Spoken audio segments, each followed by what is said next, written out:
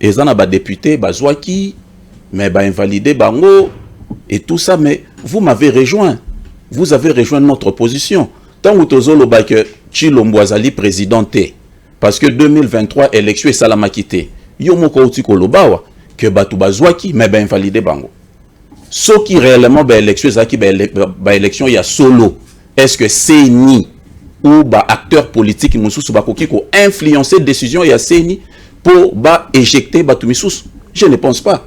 L'effet déjà à Koloba, il y avait des gens au Bazala qui élus, mais invalidé Bango, cela prouve qu'il n'y a pas eu élection. C'était des mascarades. Il y a eu des nominations à la place des députés réellement élus qui devraient siéger au sein de l'Assemblée nationale. Donc, on a aujourd'hui des députés nationaux nommés au lieu d'être des députés élus.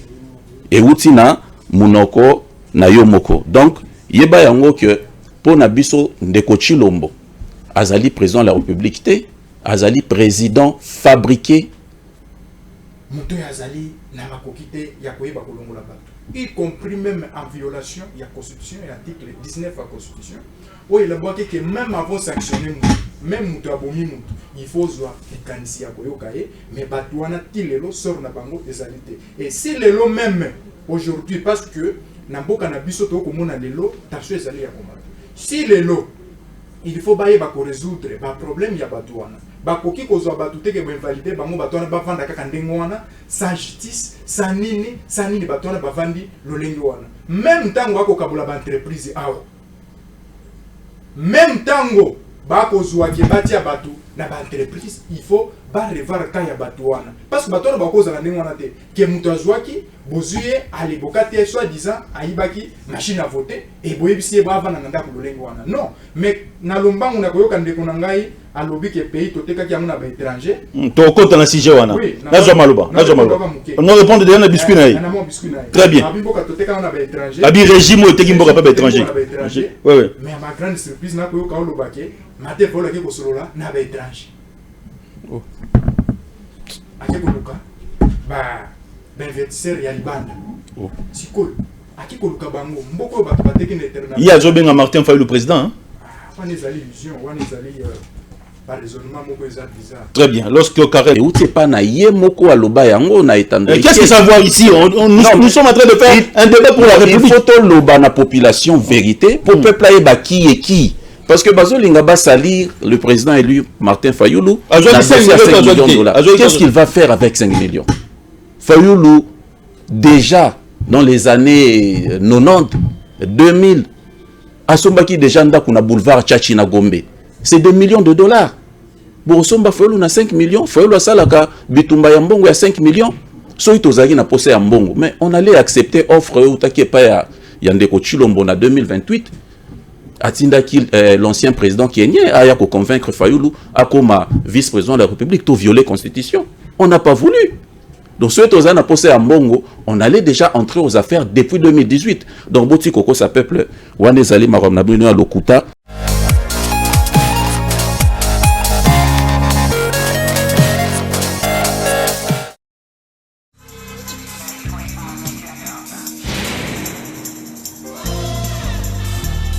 Très chers téléspectateurs de la grande émission Point de Vue, Mbote Mingi et Paywapi, Bozwami parce que tozali na privilège yakola na pourquoi lelo liboso itando ikenabino po eteto lo balikambo Italie d'actualité à travers la République démocratique du Congo. Bilombe mibale na buto lelo, Karel Mukina SID, Antoine Botoko Ligue des serviteurs, l'un des partis ozali na kati ya Lingomba Union sacrée na buto lelo toko lo balikambo Italie justice sous Mwanamboka Constant Moutamba. Qu'est-ce qui se passe aujourd'hui entre le magistrat et le ministre de la Justice Constant Moutamba? Ba mokano tope ba mesure Mwanamboka Constant Moutamba ezali kozwa. Est-ce que ezali na lolengi ya kosepelisa ba imboko ba kosala makambo tali mibeko à travers la République démocratique du Congo? Soupçon de corruption à l'hôtel de ville Mwanamboka Daniel Bumba kokota koti plus ou moins $680,000 balobi Kei na likambo etalaki bafuta ba indemnité ya bandeko ba travaillaki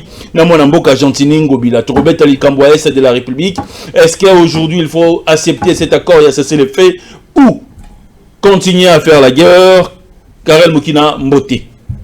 Mbote ndeko na PCP Mbote na co-débatteur Mbote na baoyo bazola da biso na nzela ya etandoike na sepeli oyambinga lelo ça fait longtemps nazoya lisuste na ba émission parce que tozalaki na préparation munene il y a retour il y a président élu Martin Fayoulou. D'ailleurs j'en profite pour annoncer cela au peuple congolais.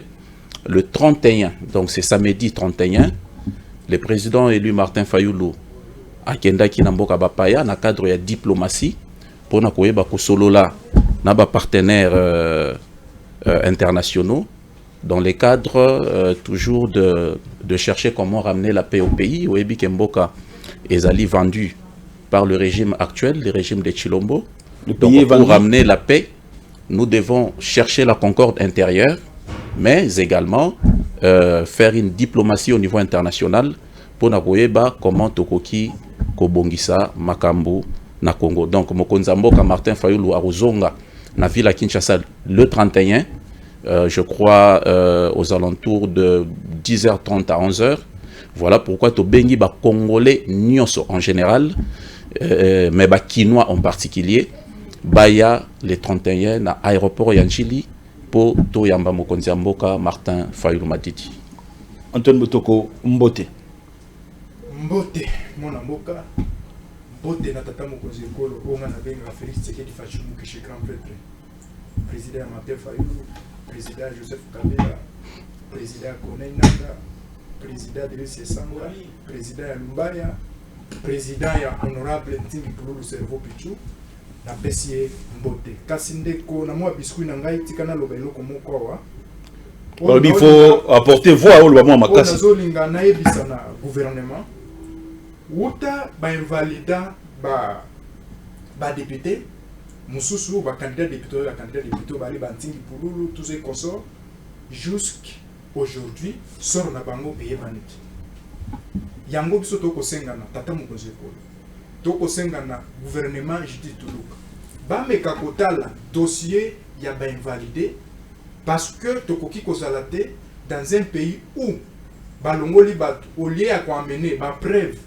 o ezali tangible pona batu wana mais ba préférer ba vanda ndenge wana pa ya ndeko kadima o ngana benga ka indélicat moto ya zali na makokite ya koyeba kolongola batu, y compris même en violation de la constitution et article 19 de la constitution où il a dit que même avant sanctionner même moto abomi moto il faut voir ikanisi ya koyokaye mais batu wana tilelo sort na bango ezalité et si lelo même aujourd'hui parce que na mboka na biso to komona lelo tasho ezali ya komata si lelo il faut baye ba ko résoudre ba problème ya batu wana bakoki kozwa batu teke ba invalider bango batu wana bavanda kaka ndenge wana sans justice sans nini batu wana bavandi lolenge wana même tango akokabula ba entreprise awa même tango bakozwa ke batia batu na ba entreprise il faut ba revoir ka ya batu wana parce que batu wana bakozala ndenge wana te ke mutu azwaki bozuye ali bokate soit disant aibaki machine à voter et boyebisi ba vana nganda ko lolenge wana non mais na lombangu na koyoka ndeko na ngai alobi ke pays toteka ki amuna ba étranger to kota na sujet wana nazo maloba on répondre déjà na biscuit na très bien abi boka toteka na ba étranger abi régime oteki mboka pa ba étranger oui oui mais ma grande surprise na koyoka oloba ke mate vola ke ko solola na ba étranger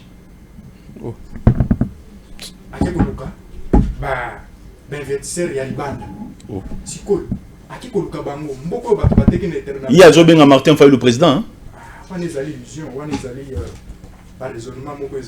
très bien. Lorsque Karel va prendre la parole, je pense qu'il va répondre. Premier sujet d'actualité, c'est la corruption. Plus ou moins 5 millions de dollars et biman en Mboka Oyo pour être batonga prison à travers la République. Moi, Mboka Constant Moutamba Beleli. Magistrat mon côté azali na droit ya kosala compte mususu pour être azwa kambongo likola ba fraction oyo wapi ba ko taxer yango. On commence na premier sujet du Cambotali justice. Réaction à magistrat, na likambo corruption et bimi mon amboka constant mutambalobi. Comment voyez-vous aujourd'hui la justice de notre pays sous le nouveau ministre Constant Mutamba? Vous avez la parole. Je suis en train de regarder la montre, 5 minutes dans le monde montre pour notre pour et contre tes auditeurs. merci Anderodanga pour Namotuna, mais Narozonga Mouké Nasala moi recadrage par rapport à Makambo de quoi lobby. Antoine Botoko. Antoine Botoko. D'abord, Abandi Koloba Makambo Ngana Lobakite. Ngana Lobite que le président élu Martin Fayulu a qui Koluka ba investisseur. Je n'ai pas dit ça. Na lobby de Konanga Antoine Botoko que le président Fayulu a accueilli ça la diplomatie au niveau extérieur pour na Koluka ko dégager ba solution. Comment qu'on ramène Kimia na mboka? Parce que nanga inayo tuebi que bitumba oyo et utipe libanda batubaza libanda bazo travailler na batubaza au niveau interne. Voilà pourquoi le pays aujourd'hui est en voie de balkanisation. Alors problème ezali interne mais problème ezapé externe. Donc tant que solo le niveau interne pour na concorde intérieur, il faut peto solana bae oyo baza libanda pour toyeba ko trouver solution. Makambia ba investisseur, c'est votre pouvoir, c'est la responsabilité de votre pouvoir politique. Parce que Binonde Bolakaï n'a pas congolais qui beaucoup créé 1 500 000 emplois chaque année. Donc Boluka, ba investisseur pour Bapé Samisala n'a pas congolais. Bon, Aouti Koloba Wano, et ça n'a pas député, Bazouaki, mais ba invalidé Bango et tout ça, mais vous m'avez rejoint. Vous avez rejoint notre position. Tant que Tozolo que Chilombo Azali présidenté, parce que 2023 élection et Salama quitté, Yomoko Utikolobawa, que Batu Bazouaki, mais ben invalidé Bango. Ce qui réellement ben élection, élection, il y a solo. Est-ce que c'est ni ou bah acteur politique Moussous Bakoki qui a influencé décision il y a Seni pour bah éjecter Batu Missous? Je ne pense pas. L'effet déjà à Koloba que il y avait des gens au Bazala qui élus, mais ben invalidé Bango. Cela prouve qu'il n'y a pas eu élection. C'était des mascarades. Il y a eu des nominations à la place des députés réellement élus qui devraient siéger au sein de l'Assemblée nationale. Donc on a aujourd'hui des députés nationaux nommés au lieu d'être des députés élus. Et Outina, Munoko, Nayomoko. Donc, yeba yango que pour Nabiso Ndeko Chilombo, Azali président de la République, Azali président fabriqué par la CENI. Azali président, il y a parti politique, il y a eu de PES, où il y a 11e rue, il y a 10e rue. Azali président est Mbokate. Parce que quand on parle d'un président de la République, on voit un monsieur qui a été élu. Et les résultats ont été publiés par la CENI, des vrais résultats. Et quand on parle d'un chef de l'État, c'est lorsque la personne qui a été élue est maintenant investie par la justice. Il a parlé à illusion. Non, mais est-ce que Malobo il y a Lobaki avant et confirmé Makambonga na Zolo Basiko, autant qu'il y a eu des députés qui ont été élus mais invalidés par Kadima. Est-ce que Kadima a le droit d'invalider des candidats députés? Non. Cela veut dire qu'il y avait pas la justice. C'est lorsqu'il va prendre la parole. Maintenant, question, il y a justice. Moi, je pense que Constant Moutamba fait quand même un effort pour, n'est-ce pas, bouger les lignes. Ça, il faut les reconnaître. Et Nazako Senga n'a pas magistrat véreux. Batika Kocha les bâtons dans le roue de Constant Moutamba. Parce qu'on ne peut pas continuer comme ça. La justice doit réellement élever une nation. Mais le lot justice n'a pas été comme il s'en sima. Nga na yebin de kontinge Pouloulou azalaki injustement invalidé parce qu'il a été élu. Nga na zamona funa na tambula na ba bureau des votes na mona ndenge population ya Selembao ba voter tingi en masse, ndenge population funa ba voter tingi en cascade. Mais pourquoi azo siéger na Assemblée nationale? Parce que nous avons aujourd'hui une justice qui est à la merci de politiciens, à la merci des gens qui sont forts, qui, n'est-ce pas, manipulent la justice, alors que la justice devrait être indépendante. Yo mutozali na kati appareil judiciaire. Ce qui ont moni ba interférence ezali koya. La meilleure décision serait quoi? C'est de démissionner. Vous dénoncez d'abord la personne qui vous fait pression, ensuite vous démissionnez. Mais aujourd'hui, justice Nabiso, non seulement ils ont corrompu, mais ils ont condamné ba instruction, il y a ba politique.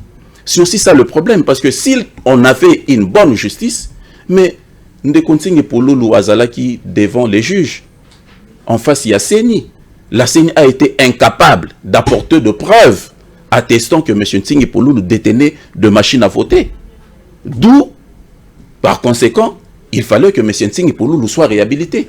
Mais comme nous avons une justice qui est... Moi, je ne parle pas d'une justice malade. Je parle plutôt d'une justice qui est manipulée par les acteurs politiques. Parce que c'est un secret des polichinelles que le dossier Ntingi Pouloulou, Moutouassala qui influence Ezalaki, Nicolas Kazadina, DG Oyo, il y a Snell. Il faut parler avec des preuves. Non, moi je suis politicien. Il faut parler avec des preuves. Moi je suis politique. Il faut parler avec des preuves. Ce que j'ai dit n'engage que moi. Très bien. Je suis politique, je sais de quoi je parle. Vous êtes journaliste, moi je suis politique. Ok? Toyebi Yango, c'est un secret des polichinelles. Nazana parti en de consignes pour l'oulouté, Nazana union sacrée, mais Nazolo ba vérité, Ndenge Makambu Ezali, où s'est présenté, ton Ndenge s'est présenté qui? C'est M. Nicolas Kazadi. Et le DG de la SNEL, Fabrice Lucinde, Nde Basala qui pression na seni poète Nde consigne pour l'oula à l'éjecter. Toyebi combien de fois M. Nicolas Kazadi a été interpellé dans l'Assemblée nationale par les députés Nsingi Pouloulou. Toyebi Ndenge Nsingi Pouloulou bandaki ko contrôler gestion Yasnel. Et cela a dérangé beaucoup de personnes. Voilà pourquoi il est dehors.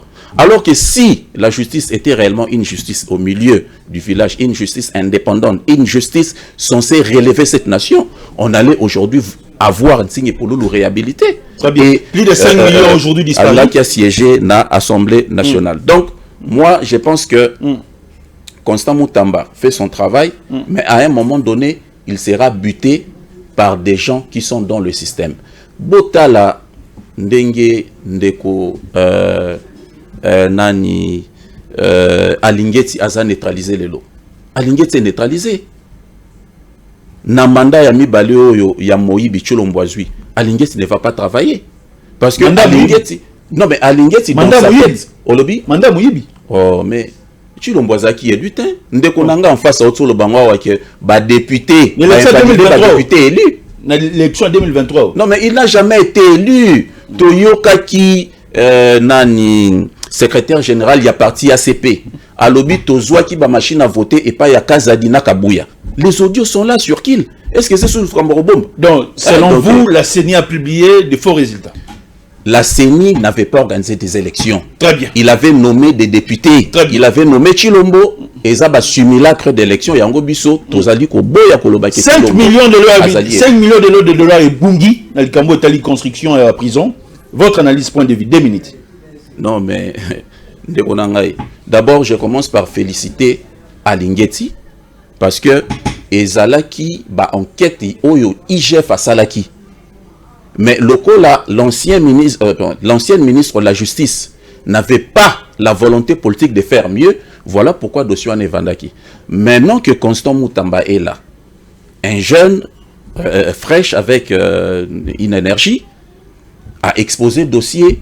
Les lots Toyebi Likambia 5 millions. Félicitations à Alingeti, félicitations à Constant Moutamba. Mais je crains que dossier Anesi la Karaboy, les lots régime ya Tshisekedi et commissi prison COP. Il faut tout le bango clairement. Les lots ceux qui bakangi mutu akoti na justice.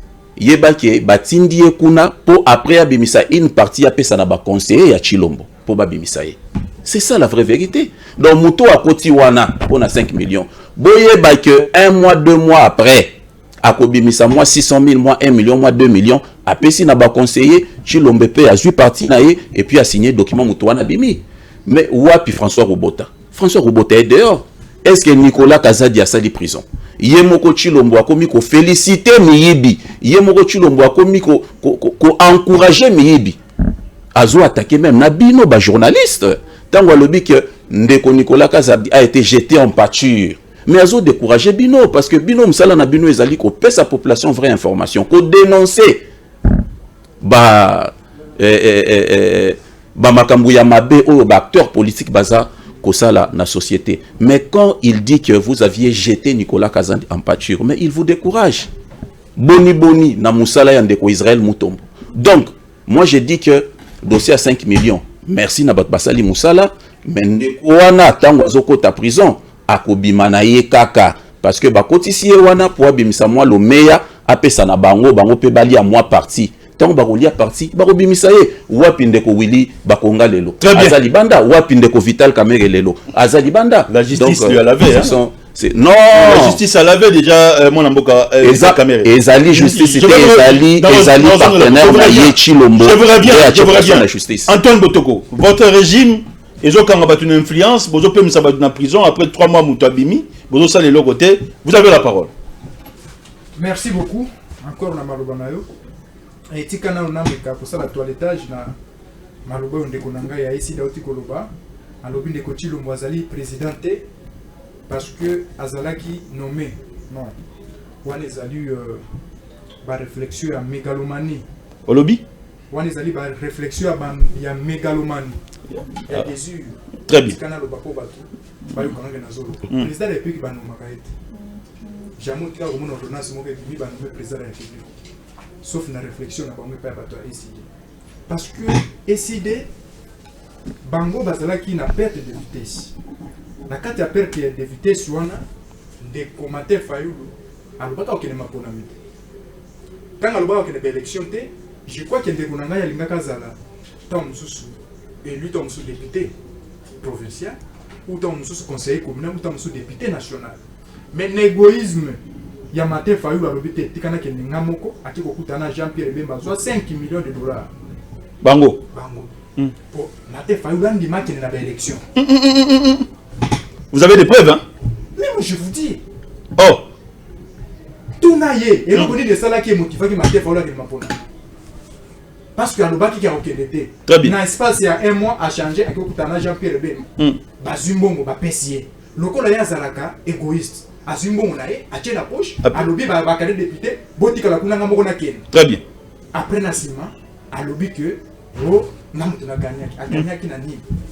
Mate Fayulu na mboko ya saluba, soko ke na seni senga ba papier dessiné mato inanga tia na irin. Ayebisi batu nende ngwana. Après Nassima iko réclamer que namutu na gagnaki. Donc il y a ça la kanaye théâtre na politique. Alors que la politique est théâtre les alagati. Il faut aider Antoine, il faut aider Karel Moukina avec de l'eau. Il faut aider avec de l'eau. Parce que attention au moment où. La politique théâtre les alagati. Martin fait le reste qui innocent nini. Poser au sengi papier. Poser au machine à voter en athée. Très bien. Senga papier, papier sur ma papier au dessiné ngai. Au dessiné Fayulu. Voilà. Aussi na kiri noké au tiers. Après pour ça la nengo na papier ba résultat lobi ngam tunazwaki. Mais tant que tu as papier ou dessiné qui est papier ou tu as attends tu m'as voté na papier te balobité ou ya za ventrer. Comment est-ce que et lo que zo bimisa papier na irne yo ki ne koti na ngana ke bosenga ba papier et pas ya mutu. Et pas ya bato aseni na kobima ndenge ni. Et ba congolais bazaka bazo baté. Bazali batanga et ba yebi ko réfléchir. Et le nom de konangai akoya kolobake ezali matin fa muta gagner ki mapona. Moutou Azalaki ni na candidat député au conseil de campagne, ni na conseiller communal au candidat au conseil communal au conseil de campagne, ni na député provincial parce que les alocaux là, équipe à football, aux autres bêta balle, ils ont un joueur sur le terrain. Très bien. Après Nassima, Bakati va chiffrer Bobby, prendre Bobby, on a tout gagné. Nous avons un joueur sur le terrain. Parce que ba candidat on a bazali ba joueur, il y a équipe pour na soutenir le président et puis passer les campagnes. Bazala quitté. Il fallait qu'il y ait mon moutou. Et parce que, après son attaque, matin, il fallait le succès aux aganango, et ça, c'est ça, va fabriquer kaye. Matin, il fallait les aganango, le lot va bemba. Bafula qui est na bemba, bafula qui est na katumbi, bafula qui est na Adolphe Muzitu. Tant que batouana balongwe, batobole le lot va bemba, matin, il fallait le lot à zombi. Mais sondage à Pierrot Loura, ça li bon, Pierrot Loura, ça li sondage à lobby. On a ça, on a ça, on a été. On a ça, Denis il y a des journalistes. Mais on a pas le banon boule. Tant à lobby Andimi, Gilles Aliguet d'abord c'est la moussala bien. À lobby nani. Constant Moutamba. Moutamba c'est la moussala bien. Mais entraîneur na bangona, n'a choisi ça qui batouana. Et ça dit Félix Tshisekedi. Félix Tshisekedi, et ça le là, entraîneur et équipe, acheter ba joueur na terrain, ba joueur bazo beta bien, bazo gagner match au lobby. Na félicité ba joueur na félicité entraîneur. Tu vois il faut de la sophiste. Il faut de la faussage. Pour bien ça. Babiloko ya ndenge wana. Na kitana makambo etali justice. Très bien. Na justice, je crois président de la République abana kolobela makambo ya justice. Parce que na ba régime tout est le cas. Otikali ko kate président moko aolela na justice. Président Félix Tshisekedi à chaque fois abana koluka solution ni na ko na justice parce que ba magistrat oyo balengi lumeya mingi ba magistrat na mitu na bango ezali kaka corruption na mbongo. Président Félix Aobi non, il faut aussi lisa problème oyo parce qu'il y a des parmi ba dossiers ndenge na komekante correction entre parmi ba dossiers mususu oyo il fallait que justice akata na ndenge sengeli justice asala kite parce que azwaki na lumeya no moni ba ke kopona jeune frère na biso Mutam balobi quand même na opposition toza na ba tête mususu bakoki ko sala nini bakoki ko remonter makambo etalimboka parce que balobi la justice enlève une nation bazuye batie siko ba magistrat wana baké basali bloc na bango lokola ba mesana na corruption balobi te il faut toter le mela ndeko na biso jeune frère na biso Mutam. Pourquoi? Parce que à lobby il faut exalter un guichet unique. Est-ce que tu peux imaginer que ba magistrat au mona kabango mutako ke na makala mais dossier na ezali na parquet ba epi ceux qui avant muto na bima na makala il faut ya ko négocier na magistrat koza na parquet awo oui ko imaginer yango ba magistrat au lieu ya kokata likamunenge sengeli ya lobi te il faut tout ça la likam ndenge na mitu na bango ndenge bango balingi et c'est pour cela bakutani na Constant Mutamba oyo azali pe na makila na mai pe lokola bango oyo atanga pe mibeko lokola bango bakende bapotana parce que il faut to bimisa justice ya malamu na kati ya mboka oyo soki tozali na justice ya malamu soki tozali na ba député ya malamu ndeko ndimela ngai okomona mboko ekotambola mboko ekotambola ba magistrat o bavanda uta même Kabila le père a longola ba magistrat mususu il y avait l'époque à longola bango parce que à monaki bango donc mawa trop bateau Kabila le père a longola Kabila le fils yaye azongisa bango il faut kokende na vitesse ya ndengo wana pona koyeba ko arranger appareil judiciaire pona kozongisa mboka ndenge ezalaki makambo ba corruption esila makambo ya ba oh lumeya boye esila parce que il faut pas kitati na la police soki basisi na parquet ba kitati na la police parce que ba mande paye à la police eleki bozo négocier na police tamuso na zela police azo policier azo sengo ya mande selon mutu na ye alors que ba mande wana bazali na droit ya kolia yango te mais bango balia yango. Tu peux imaginer que mboka tellement ekotaka na libulu mboka tellement batu ba mesanaka na corruption mboka tellement batu ba mesana na kosala mabe sikoyo lokola bazui mutu malamu il faut ba bundisa ye nde bazo bundisa Félix Tshisekedi ndenge pe bazo bundisa Constant Mutamba. Et c'est pour cela avec qui dit Obiso ba chrétien to baka avec qui dit nous vaincrons je crois que là Constant Mutamba to kozwa justice à malonga. Très bien. 5 millions de dollars disparus, mbongo construction en prison. Votre analyse dans 2 minutes clôturée. Je crois que Mutamba a arrêté non? Oui oui. Batangi il faut aille bisabiso bisika mbongo wana ezali parce que mboka karela le bibino bokanga batu bati boke na prison. Ouais. Ndeko prison ata jour moko écoutez et ce monde na régime ya nani bazo sambusa même ba ministre même ba directeur à cabinet même banani ya président de la République ce monde wapi na régime ya nani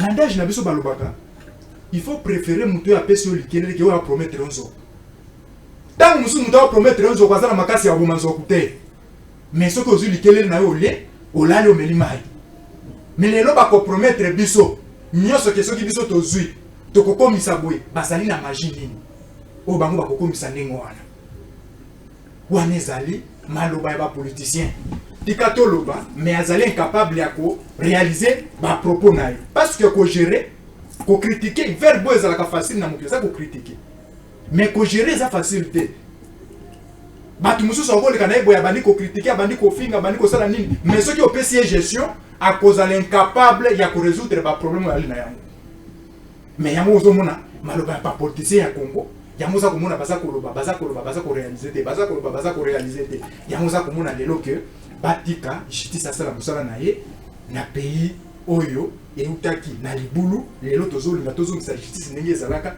batika bato batravaille na kimia. Très bien. Karel Mokina, Antoine Botoko, des invités na poko alelo, Tozolo Balikambo Italie, Est de la République. To continue le Cambo Italie sur le plan sécuritaire. On avait suivi la sortie médiatique du président de la République. Le Bagui et l'Alliance Fleuve Congo, c'est Kabila. Aujourd'hui, est-ce qu'il faut accepter l'accord, cesser les faits, ou bien trêve? Parce que les images circulent déjà. Badongolo Miso Bazali, les lobbies de Miamboka, la République démocratique du Congo, notamment Nanga Bazali condamné à la peine de mort. Aobi Makambo accord, c'est le fait en état liété. Karel Moukina, vous avez la parole. Merci Ndeko pour na Maloba. Situation sécuritaire, n'a pas abordé en haut, mais Nazongi Simamouké pour na Epsana Ndeko. C'est normal que Martin Fayoulou Batkala Kosala a été et pas ya Bemba na Katumbi. Parce que tant que conférence nationale souveraine et Salamara na Mboka Oyo, Tomonara Bemba na conférence nationale souveraineté. Katumbi abandaye côté Kabambisi na Lubumbashi. Abandaye Kosala politique à cette époque-là. Mais Fayoulou Azalaki na conférence nationale souveraine a participé à na travaux, a apporté son savoir-faire na travaux. Okokyo Tuna membre Nabino ya Union Sacrée Lutundula. Okweko Tuna, actuel deuxième vice-président et à Sénat, M. Bati Lukwebo. Ils ont été avec Fayoulou dans la conférence nationale souveraine. Et à cette époque-là même, Chilombo ne faisait pas la politique. Donc, il faut autant à moi histoire en Mboka. Ndegonanga lobby likambo 5 millions. Baloba qui 5 millions, après Bakoma 7 millions, et Koma qui 10 millions, c'est que le côté Zanakati. Mais, Ndeko Chilombo, le président de la Bango, non, Aza président na Bissoté, Aza président na Congolais, Aza président na Yoté. Oh. C'est un monsieur nommé. Non, mais Aza président na Yoté, Yomoko Yebi Ango qui si quand on a évolué. Très bien, Natiki le temps évolué. Ndeko Chilombo, président ya parti UDPS au Ezara 10e rue. Na interview na Belgique, aloba yini. Alobi na Rosolana Ndeko Fayoulou ndenge nini andimaka ngai te comme président de la République. Est-ce que ce qui Fayoulou a qui 5 millions de dollars alinga qui a boya lelo Chilombo comme président de la République? Mais on allait accepter parce qu'on a bouffé. On allait accepter les résultats. On allait crédibiliser les résultats de la CENI. Non, mon frère. Dans Ozoloba Makambu, il faut être cohérent. 5 millions, trop ça, on a 5 millions de dollars. Fayoulou, c'est un mania, c'est un businessman. Abanda Makambu Mbongo Kala, Libosu ya Chilombo. Ohebi ke Chilombo sala musalati abanda ko vivre na salaire à Moisinaï. Oh, c'est non mais c'est pas non mais laissez-moi évoluer. Laissez-moi évoluer. Makambo nga na lobby otepa na ngai te. Et où t'es pas na yemoko aloba yango na etando. Qu'est-ce que ça voit ici? Nous sommes en train de faire un débat pour la République. Il faut to loba na population vérité pour peuple aye ba qui et qui. Parce que Bazolinga va salir le président élu Martin Fayoulou. Qu'est-ce qu'il va faire avec 5 millions? Fayoulou, déjà dans les années 90, 2000, à Sombaki déjà na boulevard Tchachina Gombe. C'est 2 millions de dollars. Bon, Somba Fayoulou na 5 millions. Fayoulou a salaka Bitumba Yambongo à 5 millions. Soy Tozagi na posé Yambongo. Mais on allait accepter offre ou také pa Yandeko Chilombo na 2028. Atinda l'ancien président kenyan a convaincre Fayoulou à comme vice-président de la République tout violer la Constitution. On n'a pas voulu. Donc ce que on a posé à Mbongo, on allait déjà entrer aux affaires depuis 2018. Donc Boti Koko sa peuple Wanezali Marom Nabino Lokuta